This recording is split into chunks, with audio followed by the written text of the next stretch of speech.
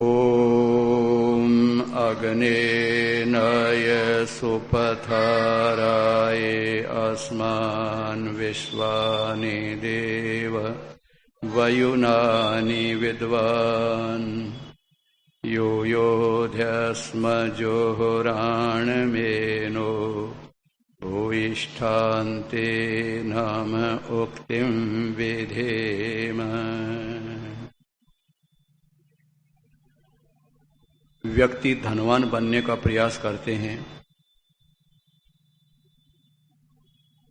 विभिन्न प्रकार की जानकारियां प्राप्त करने का प्रयास करते हैं,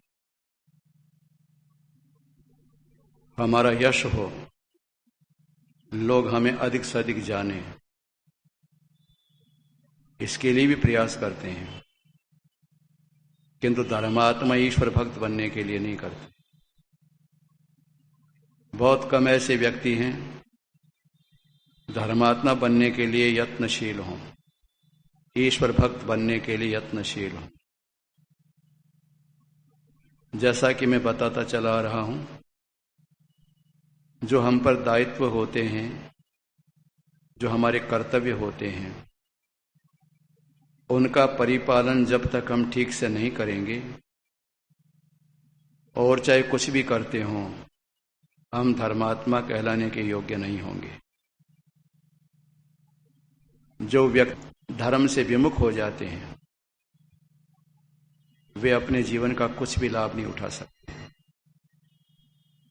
हमारा जीवन धार्मिक होना चाहिए।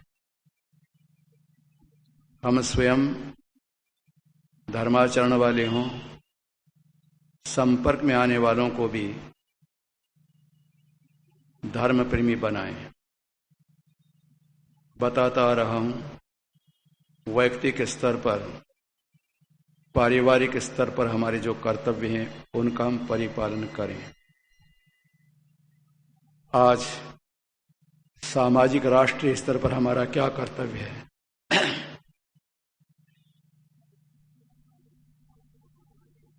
हम क्या करें समाज राष्ट्र के लिए,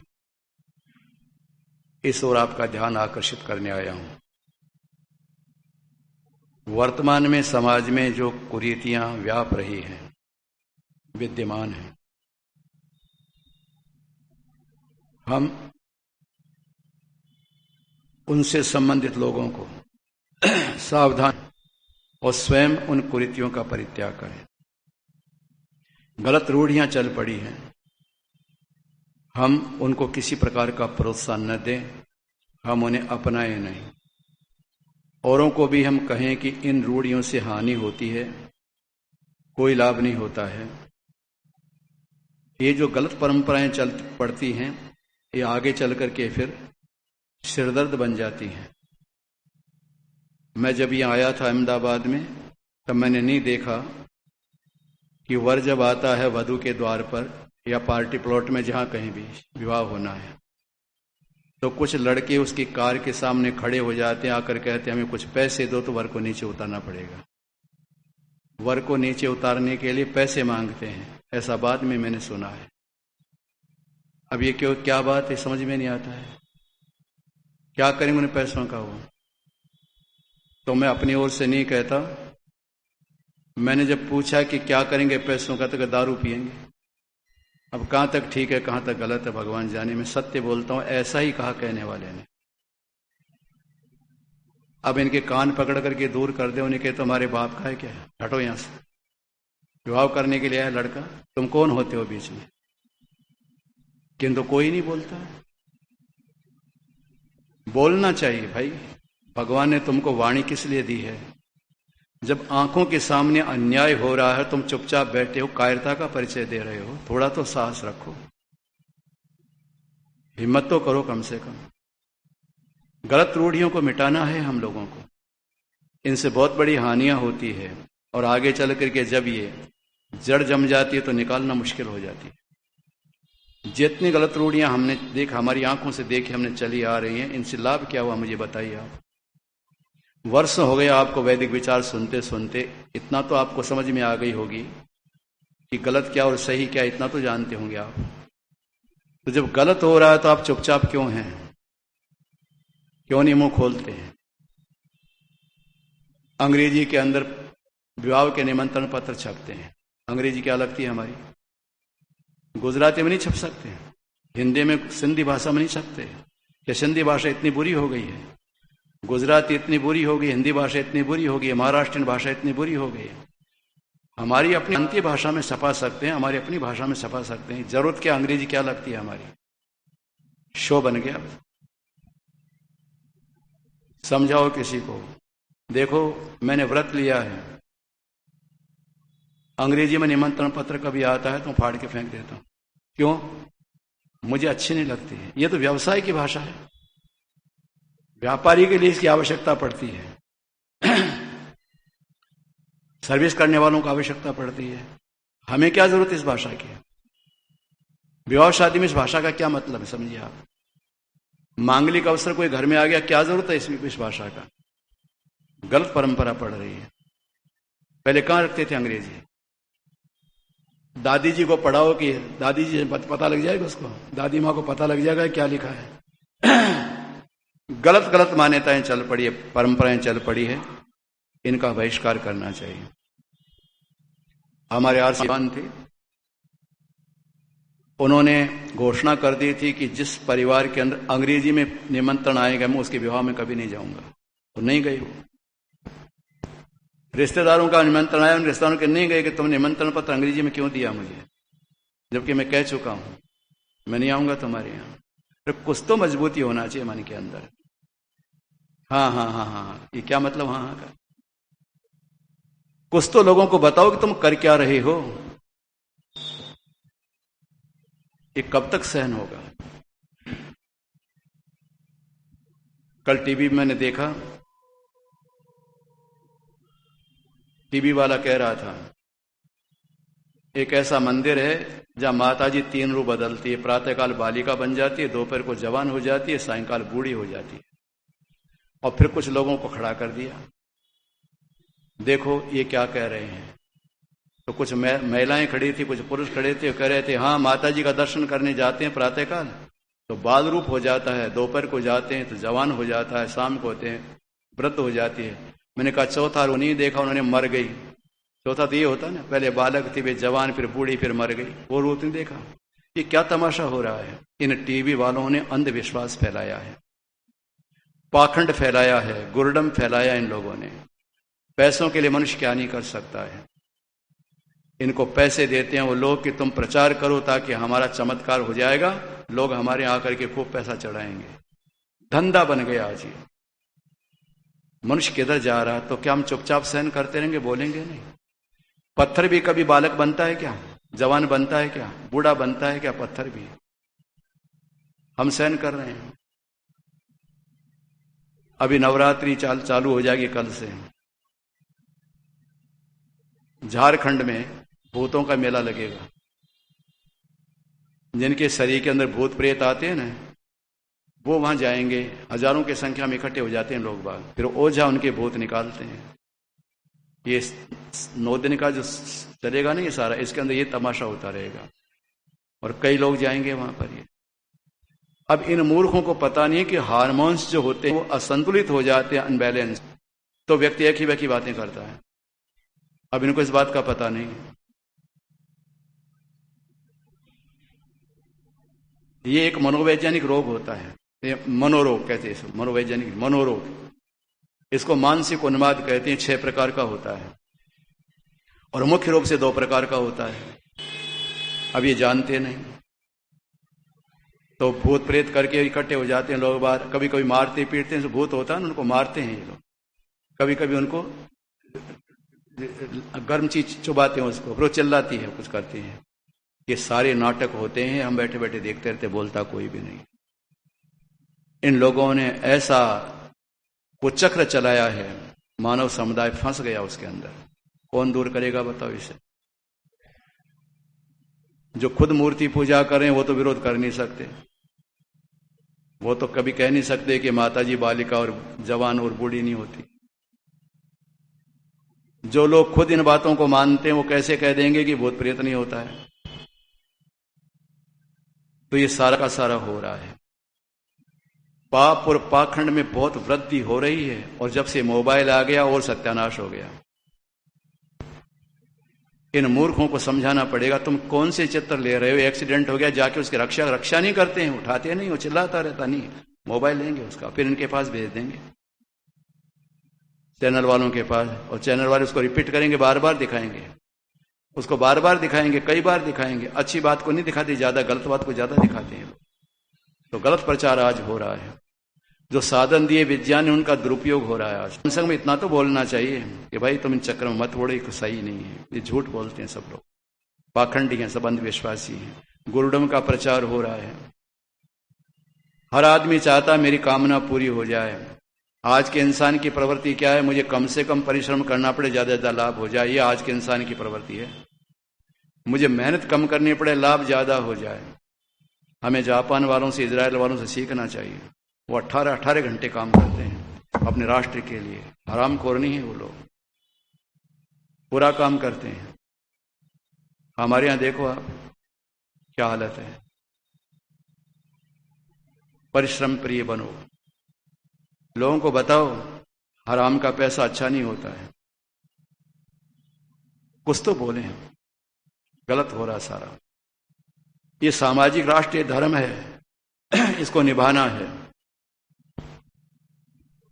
मैं भी नहीं बोलूंगा, आप भी नहीं बोलेंगे, फिर कौन बोलेगा। मैंने आपको एक बार बताया था, शायद 2-3 बार बता दिया होगा। डाकू जब डाका डालने के लिए आया तो उस बहन के घर पर उसने कहा था कि तुम दीपक जला देना, हम तुम्हारे घर में डाका नहीं डालेंगे। याद है आपको कहानी जो मैंने सुनाई थी, घटना?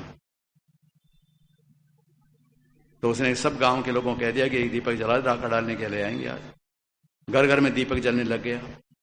अब वो डाकू आए डाका डालने के लिए, तो अपने बोझ से कहा, उस कदवा डाकू से कहा कि वो तो घर दीपक जल रहे हैं, किसके डाका डालें। उसने जाकर के कहा, बहन तुमने ये क्या कर दिया? उन्होंने कहा, मैं अपना अकेली भला नहीं चाहती, मेरे पूरे गांव का भला चाहती, इसलिए मैंने सबको कह दिया कि दीपक जला देना, तो डाका नहीं डालेंगे। ये कहानी लिखने वाला समझाना चाहता, आप तो आगे वेद की शरण में, और तो ठोकरें खा रहे हैं कि नहीं खा रहे हैं? तो क्या आप चाहते हैं कि ठोकरें खाते रहें? आपके घर के सामने दीपक जल चुका है, अब पाखंड प्रवेश नहीं करेगा आपके द्वार में, घर में नहीं जाएगा, अंधविश्वास नहीं जाएगा, क्योंकि दीपक जल चुका है आपके घर पर। किंतु पड़ोसी घर में तो अंधेरा है, गुरुडम जाएगा, अंधविश्वास पाखंड जाएगा। और एक बात का और ध्यान रखना, पड़ोसी घर में जब आग लग जाती है तो आपका घर सुरक्षित नहीं रहेगा। हमेशा ध्यान रखना इस बात को, आपके घर में आग आ सकती है। आपके बच्चे जिन बच्चों के साथ खेल रहे हैं वो बच्चे दुर्व्यसनी हैं, आपके बेटे जरूर दुर्व्यसनी बनेंगे, क्योंकि बच्चे बच्चों के साथ बैठते हैं, वो दुराचारी बनेंगे। इसलिए आप अपने बच्चों पर दया करने के लिए उनको ठीक बनाने की कोशिश करो। दूसरे के घर को आग बुझाना कोई एहसान नहीं है, अपने घर की रक्षा है। समझ रहे मेरी भाषा को? दूसरे के घर की आग बुझाना कोई एहसान नहीं है, मैं अपने घर की रक्षा के लिए बुझा रहा हूं कि मेरा घर सुरक्षित रहे। उसके तो लग गई आग, मेरा घर न जलने पावे। इसको कहते हैं सामाजिक धर्म। सामाजिक धर्म का भी पालन करना चाहिए। विवाह शादियों के अंदर जाते हैं, कहना चाहिए ये तुम गलत कर रहे हो, बात आगे बढ़ेगी। नाराज हो जाओ, होंगे वो तो नाराज, कौन सी माला पहना देंगे, हमको कौन सी मालाएं पहनाते हैं, हमसे नाराज ही रहते हैं लोग। बात बुद्धिमान लोग आशीर्वाद देते हैं, कहते बात ठीक कह रहे हैं। अब हम निम्न स्तर के जो लोग होते हैं इनकी तरफ जाएंगे क्या? हम लोग, उनका स्तर बहुत गिरा हुआ होता है, हम उनकी तरफ बिल्कुल नहीं जाएंगे। खानदानी व्यक्ति होते हैं ना, बड़े स्तर के व्यक्ति, वो नीचे स्तर पर कभी नहीं आया करते, याद रखना आप। अब उनके बराबर करेंगे हम लोग। आप देखो स्वामी रामदेव की क्या ख्याति है, यानी विश्व प्रसिद्ध है वो व्यक्ति, केवल भारत में नहीं, विश्व प्रसिद्ध व्यक्ति है वो। हजारों व्यक्तियों के दिमाग बदल दिए उसने, हजारों व्यक्तियों के दुर्व्यसन छुड़ा दिए उसने। आर्य समाज की स्थापना से लेकर के और स्वामी रामदेव के कार्य क्षेत्र आने से पहले जो काम नहीं हुआ करके दिखा दिया उसने। इतना बड़ा व्यक्ति है वो, गुरुकुल का विद्यार्थी, गुरुकुल पढ़ा हुआ है, आचार्य, पढ़ाया भी सही उसने। किंतु क्या हर बात का समर्थन करेंगे हम? यदि हमारा ज्ञान है तो ज्ञान का उपयोग क्यों नहीं करेंगे? उसको आप आत्मश्लाघा न समझें, अभिमान न समझें। मैंने स्वामी रामदेव को वॉट वाश होता नहीं, क्या होता है ये, स्वामी महेंद्र भाई जो हमारा है उनसे करवाया टीवी मोबाइल के अंदर। हमें तो जानता नहीं, वो पता उनसे बटन दबा करके फिर उसे ले लेते फोटो लेने के बाद वो वहां पहुंच के जाता है, तो कहते देखो पहुंच गया वहां पर। अब कैसे पहुंच गया मुझे तो पता नहीं। तो देखो स्वामी रामदेव ने अपने प्रवचन में कहा था कि कर्म का फल तत्काल मिलता है। तो मैंने उनको लिखा करके कसाई 20 वर्षों से बकरा काट रहा, आज तक उसको फल सिर में दर्द नहीं हुआ। तुम कहते हो कर्म का फल तत्काल मिलता है। सिद्धांत यह है कि कर्म का फल, कुछ ऐसे कर्म होते हैं जिनका फल तत्काल, किन्हीं का कालांतर में समय के बाद और किन्हीं का जन्मांतर में दूसरे जन्म मिलता है। यह है वेद का चिंतन। एक वो भजन गाया करते हैं, क्षमा करो हे प्रभु जी मेरे अब तक के सारे अपराध। ये वैदिक मान्यता नहीं है। अवश्य में भोक्तव्यम कृतम कर्म शुभाशुभम, किए कर्म का फल भोगना ही पड़ेगा, ये भी मैंने उसमें लिखा है। फिर इस बात ये लिखिए कि कर्म का फल अनंत होता है। कर्म का फल अनंत नहीं होता है। जितना पारिश्रमिक, जैसा परिश्रम उतना ही मजदूरी मिलती है, और वैसी मजदूरी मिलती है। कोई ऐसा व्यक्ति होता है जिसको 10,000 रुपये महीना मिलता है, किसी को 50,000 रुपये महीना मिलता है। वो परिश्रम पर, वो उस ड्यूटी पर निर्भर है, पद पर निर्भर है, कौन से पद काम कर रहा है व्यक्ति। इसी प्रकार श्रमिक जो आते हैं हमें घरों के अंदर काम करने के लिए, खेतों में कहीं भी, तो जितना श्रम होता है उतना पैसा मिलता है। जैसा श्रम वैसा ही उसको फल मिलता है। जितना श्रम उतना ही फल मिलता है। अगर कर्म का फल अनंत है तो मैंने उनसे कहा, वाटवॉस में बात भी करूंगा, अभी मैं 2-3 बार फोन लगाया, बहुत व्यस्त थे वो, उनसे कहूंगा भी सही। वो कहते हैं कि कर्म का फल अनंत होता है। तो जब मुक्ति की अवधि निश्चित है 31 नील, 10 खरब, 40 अरब, इतने समय तक जीवा को मोक्ष भोगता है, उसके लौट किया जाता है। तो फिर कर्म का फल अनंत कैसे हो गया? और अगर अनंत हो गया तो इसने पाप कर्म किया, अनंत पाप तो होता, उसका तो उसको भी कभी मिल ही नहीं पाएगा कभी उसको। तो वो तो जिंदगी और पाप का ही कर्म फल, वो तो हमेशा के लिए पाप का ही कर्म होता है। अनंत का मतलब होता है इसका अंत नहीं। अनंत का मतलब क्या होता है? अनलिमिटेड, जिसका कोई अंत ही नहीं है ना। अब क्या करें, ऐसा नहीं होता करें। मैंने उनको ये भी कहा है वाटवास में कि 55 वर्ष के बाद में कठोर वो नहीं करना चाहिए व्यायाम। बहुत कठोर करते हैं, बहुत ज्यादा करते हैं, आपने देखा होगा उनको। 55 वर्ष की आयु के बाद में कठोर नहीं करना, तो वृद्धावस्था में शरीर दुख देगा फिर ये। तो कुछ बातें कही है मैंने, हो सकता है बड़ी छोटे मुंह बड़ी बात हो जाएगी। एक वो कहा करते हैं, बच्चों की क्या होता है, नाक बहते रहते हैं ना, तो कहते हैं कि इन बच्चों को तुम संभाल के रहते, गंगा यमुना बहते रहती। मैंने कहा गंगा यमुना करो, गंदे नारा लिखा करो, यमुना इन गंदों के साथ इसका जोक मत किया करो। मुझे किसी ने कहा कि आप क्यों छेड़ते हो इनको, साधुओं को? पहले आपने छेड़ा तो आपको क्या बीती आप पर? मैंने कहा वो खानदानी व्यक्ति है, वो इन चीज पर नहीं आएगा। बहुत पहले की बात है, उन्होंने अपने प्रवचन में कहा था कि ये जर्सी गाय होती है, उस सुअर के वीर्य से क्रॉस करके बनाई जाती है। मैंने कहा गलत, बिल्कुल। सुअर के क्रॉस से गाय नहीं बना करती, ये विदेशी बैलों का जो किया जाता है उसे बनती है। उसके बाद उन्हें स्वीकार कर लिया इस बात को, कहा बिल्कुल ठीक है। तो थोड़ा उत्साह बढ़ा हमारा, तो मान लेंगे वो बात। नहीं माने, मेरा काम कहने का मैंने कह दिया है। माने चाहे ना माने, वो उनकी मर्जी की बात है, कुछ भी करें। व्यक्ति कर्म करने में स्वतंत्र होता, मैं कहने में स्वतंत्र हूं, मानने में स्वतंत्र, माने चाहे ना माने। और कभी फोन पर चर्चा के अंदर या तो ये कहेंगे कि तुम क्यों छेड़ते हो बार बार में, या ये कहेंगे तुमने ठीक कहा है। तो मैं यही कहूंगा कि आपको अच्छा लगे स्वीकार करना, मत करिए, मेरा काम कहने का था। अरे बोला करो भाई, को बोला करो। और एक बात का ध्यान रखना, बोलने वाला बुरा लगता है। हर कोई व्यक्ति नहीं चाहता मुझे नसीहत दी जाए, क्योंकि सब अपने आप में ब्रह्मज्ञानी होते हैं, विद्वान होते हैं। हमें कोई अपनी गलती बताता, हम उसका धन्यवाद करते हैं। गलती होनी चाहिए, उसकी भ्रांतियां दूर कर देंगे। अगर सही है तो स्वीकार कर लेंगे। तो राष्ट्रीय स्तर पर, वैश्व अपने सामाजिक स्तर पर जो कोई भी गलत हो रहा है और हम उसको सहन करते चले जा रहे हैं, तो हम धर्मात्मा नहीं कहला सकते। हमसे संबंधित दुनिया तो बहुत बड़ी है। क्या हो रहा है भाई?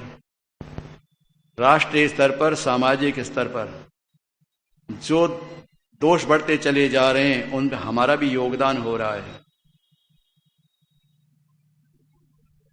अभी जैसे मान लो मेहमान आ गया, शराब की पार्टी दी जा रही है। कभी कभी ऐसा होता, हमारे रिश्तेदार भी ऐसा कर लेते हैं, हम नहीं जाएंगे उसके अंदर, नाराज हो जाए। क्यों? हमारे सिद्धांत के विरुद्ध है, हम भाग नहीं लेंगे तुम्हारे। अरे भाई तुम मत पीना है तो नहीं पीना, क्यों बैठेंगे शराबियों के पास हम? बिल्कुल गलत है, हम ऐसा नहीं करेंगे। थोड़ी हिम्मत तो रखना चाहिए। क्या हो जाएगा? इसका पार्ट टूट पड़ेगा? कोई कुछ नहीं होगा। गलत आदमी डरते हैं तो हम अच्छे आदमी क्यों डरे? ये जो अग्रवाल समाज आपने सुना होगा, हमारे राजस्थान में होते हैं ना, ये महाजन व्यापारी लोग, ये लोग, इनके यहां पर शराब का प्रचलन नहीं था, ये बुरा मानते थे। महेश्वरी अग्रवाल जो होते हैं ना हमारे यहाँ, ये अच्छे वैष्णव लोग होते हैं ये। किंतु आजकल की जो सोसाइटी चली ना, कॉलेजों में पढ़ करके लड़के आए, फिर अफसर बन गए, कहीं पर और कुछ हुआ तो वो चल पड़ा ऐसा। तो वहां के एक आर्य समाजी थे अग्रवाल, उनके यहाँ पर ही गए, तो वहां जब देखा जाके शराब परोस जाए तो उनको कड़क के कहा उनको कि तुमको शर्म डूब मर जाना चाहिए तुम लोगों को, हमारी परंपरा को तोड़ा तुम लोगों ने। अरे सुन लो, चुप रहो चुप रहो। ने चुप क्यों रहूं मैं? तुम गलत कर रहे हो सारे का सारा। बहुत फटकारा उनको, फिर घर आ गया, लेकिन तुम राक्षसों के पास मैं नहीं बैठ सकता। कुछ नहीं हुआ। अब वो कहते चुपचाप है, अरे भाई बैठ गए, वहां से हाथ मिला लिया, बैठ गए, साथ बातचीत करने लगे, दारू पीने वाला, वो तो नहीं पिया दारू, तो कौन बोलेगा फिर? वो तो बोले। गलत जो हो रहा है उसको क्यों सहन करें हम? ये सामाजिक धर्म कहलाता है। फैशन बढ़ता चला जा रहा है। देखो, स्त्री का सिर और सीना ढका हुआ रहना चाहिए। वेद की बात बता रहा हूं आपको। आज सिर भी उगाड़ा, सीना भी उगाड़ा है। निर्लजता बढ़ती चली जा रही है। हमारी बेटियां नेकर पहन करके बाजारों में घूम रही हैं। कोई तो बोलेगा, शर्म नहीं आती माता पिता को? ये मैं दर्द भरी शब्द बोल रहा हूं आपको। मेरी बेटी कभी ऐसा कर दे, मैं घर में नहीं घुसने दूं उसे। मेरी पोती ऐसा कर दे तो निकाल दूं घर के बाहर उसे। अरे कुछ तो मजबूत बनो भाई। क्या कर रहे हो? सारे के सारे संस्कृति मिटती चली जा रही है, हमारी परंपरा मिटती चली जा रही है। हम चुपचाप बैठ बैठे देख रहे हैं। कुछ तो बोलो। क्या हो जाएगा? अधिक से अधिक दंड होता मृत्यु का, तो मरना तो एक दिन। वैसे कोई मारेगा नहीं, झगड़ा कर लेगा या कह देगा तुम्हें क्या लेना देना, ये कह देगा। हमें लेना देना तभी कहा है तुम्हें। अगर हमें लेना देना नहीं होता तो क्यों कहते तुम्हें? हम लेना देना हमको है। आप समाज के अंग हो, आप हमारे हो, हम आपको अपना मानते हैं। लेकिन जब गलती कर रहे हो तो आपको बताएंगे हम। उनसे पूछो कि अगर तुम कभी गड्ढे में गिर जाओ और हम निकालने के लिए आए तो? पूछ करके देखना। गड्ढे में तुम गिर जाओ और हम निकालने के लिए, हाथ ऊंचा करोगे कि नहीं करोगे? बोलो। तो तुम गड्ढे में पड़े हुए हो, हाथ ऊंचा करो, तुमको निकालेंगे हम। अगर आग लग जाए, बुझाने के लिए आएंगे तो मना करोगे हमें? ये आग लग चुकी है, हम बुझा रहे हैं इसको, हमारा साथ दो। कुछ तो करो। सामाजिक धर्म निभाओ, राष्ट्रीय धर्म निभाओ। राष्ट्र पतन की ओर जा रहा है। आजादी के समय इतना पतन नहीं था राष्ट्र का, 1947 में जितना आज हम देख रहे। मेरे बचपन में तो मैंने सोचा भी नहीं था कि आगे ऐसे भी लोग आएंगे धरती पर। एक तो ये क्रिकेट और एक ये फिल्म, इन्होंने दोनों ने बहुत गलत काम किया, बहुत फटका दिया। अरे भाई तुम, हमारा क्या लेना देना तुमको? तुम खेलो ना, कौन मना करता? तुम्हें टीवी पर दिखाने की क्या जरूरत है इनको? गली गली के अंदर लड़के वो बल्ला क्या होता है लेकर खड़े हो गए। अब आने जाने वालों को रास्ता कभी रोक देते, मारे इधर मारे। जो लोग देखेंगे वही तो करेंगे कि नहीं करेंगे? फिल्मों के अंदर इस प्रकार के दृश्य दिखाए जा रहे हैं। हमारी बेटियां देखती है। मैंने देखा हमारी बेटियों के हाथ में मोबाइल है, वो पता नहीं क्या देखते रहते, उसने कौन से क्या होता है उसके अंदर मुझे पता ही नहीं है। फोटो वाली मोबाइल आती है ना, ये बड़े बड़े मोबाइल। अब तो मैंने सुना मोटा आ गया मोबाइल और भी थोड़ा। हे भगवान, क्या होगा इस देश का? बोलना चाहिए। बेटी क्या कर रही हो तुम? रखो इसको अलग। क्या देख रही हो इसमें? स्कूटर पर जा रही है, पीछे बैठी हुई है, मोबाइल देख हाथ के अंदर। उसे मैं देखा, मैंने अब ये कर क्या रही है? इसको जा रही है तो घर जाने दो, नहीं घर पे जाके देख लेना। नहीं, वहीं देख रही है। उसको इतना मजा आता है मोबाइल देखने में इन लोगों को, पता नहीं क्या। कौन बोलेगा? बोलो। इससे कितनी हानि होती है। ये जो तरंगे निकलती है ये बुद्धि को प्रभावित करती है, हृदय को प्रभावित करती है, उनको कोई लेना देना नहीं है। एक व्यक्ति से मैंने कहा चाय क्यों पीते हैं आप? मैंने कहा क्यों?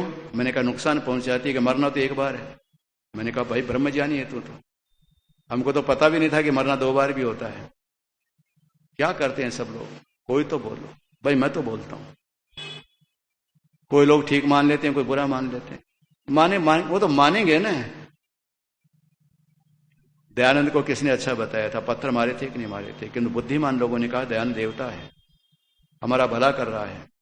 दुनिया में सब तरह के लोग होते हैं, तो क्या निम्न स्तर के लोगों से डर के मारे बोलेंगे? नहीं, उनका स्तर बहुत गिरा हुआ है। कोई चिंता की बात नहीं, हम बोलेंगे जरूर, कहेंगे जरूर। वाणी को खुली रखो, बोलो। आंख कभी बंद मत करना, वाणी कभी, मुंह कभी बंद मत करना, कान कभी बंद मत करना। अच्छा देखो, अच्छा सुनो, अच्छा बोलो। अन्याय हो रहा, हमने आंखें बंद कर रखे, देख नहीं रहे हैं। हम धृतराष्ट्र बन गए। द्रौपदी का चीरहरण हो रहा है, धृतराष्ट्र बन गए हम। सब बन गए धृतराष्ट्र समय। आप पढ़ करके देखिए महाभारत। धृतराष्ट्र तो अंधा था जन्म से, किंतु बाकी लोग कोई बोले नहीं तो अंधे ही तो हैं, और क्या है। जब उनके सामने द्रौपदी चिल्ला रही, उनका चीर खींचा जा रहा है, उनका वस्त्र उतारा जा रहा है, और कोई बोले तक भी नहीं, तो परिणाम देखा महाभारत का। तो कितना विनाशकारी युद्ध हुआ था उसका। कोई बोल जाता उस समय, नहीं होता। नहीं बोलने का परिणाम है कि भयंकर युद्ध हुआ, जिसकी आग अब तक जल रही है। लोग सारे भटक गए हैं। 5 पांडवों को पता नहीं क्या हो गया था, मोम की तरह से झुक गए थे। कोई नहीं बोला। वो तो दूसरे देशों के राजा लोग आए थे, उन्हें धिक्कार धिक्कार शब्द का, तब दुशासन के हाथ से साड़ी छूटी थी। पर देखो महाभारत, उन्होंने कहा धिक्कार है, धिक्कार है, धिक्कार धिक्कार, उन्होंने तब दुशासन के हाथ से साड़ी नहीं छूटी। वो तो उसको पूरा नग्न करने का उसमें था। कैसा जमाना था, समझ में नहीं आती। अपनी पत्नी को नग्न कोई कर रहा और आदमी चुपचाप बैठा देख रहा, बोल नहीं रहा है। अरे कितना गए, उसको धर्मराज कहते हैं। ऐसे होते हैं धर्मराज। खून की वो बाल बिल्कुल नहीं है उनके। आप हम रास्ते में जाए, कोई बेटी को हाथ लगा दे, कोई भी, हम नहीं जानते बेटी कौन है, हमको पता नहीं है, कि तो खून उबाल आ जाएगा। अगर कमजोर होंगे तो चिल्लाएंगे तो सही, लोगों इकट्ठा तो करेंगे, कुछ तो करेंगे। और नीची गर्दन करके चले गए, मेरी बेटी चिल्ला रही, रक्षा करो रक्षा करो, तो मर जाना चाहिए हम लोगों। तो इससे ऐसी जिंदगी का फायदा क्या है? कुछ तो बोलो। उसे को दुष्ट क्या करा, क्या तेरे हम बहन बेटी नहीं है? कुछ तो बोले हम लोग। इतना क्या कमजोर बन गए हम लोग। इसको कहते हैं सामाजिक धर्म। सामाजिक धर्म, राष्ट्रीय धर्म निभाओ भाई। धर्मात्मा ऐसे नहीं बन जाया करता व्यक्ति। वैयक्तिक स्तर पर भी हम अपने कर्तव्य का पालन करें, पारिवारिक स्तर पर भी, और समाज में रहते हैं, सामाजिक स्तर पर भी हमारे कर्तव्य होते हैं, राष्ट्रीय स्तर पर भी हमारे कर्तव्य होते हैं। उनका परिपालन भी हमें करना चाहिए, तभी तो हम सचमुच में धर्मात्मा कहला सकते हैं। अन्यथा अपने मन को समझा लो, धर्मात्मा तो नहीं हो सकते। समझ गए आप लोग? शेष चर्चा कल करेंगे, समय हो गया है। ओम द्यहुः शान्तिरन्तरिक्षं शान्तिः पृथिवी शान्तिरापः शान्तिरोषधयः शान्तिः वनस्पतयः शान्तिर्विश्वे देवाः शान्तिर्ब्रह्म शान्तिः सर्वं शान्तिः शान्तिरेव शान्तिः सामा शान्तिरेधि। ओम शान्तिः शान्तिः शान्तिः। सभी बहन भाइयों को साधना।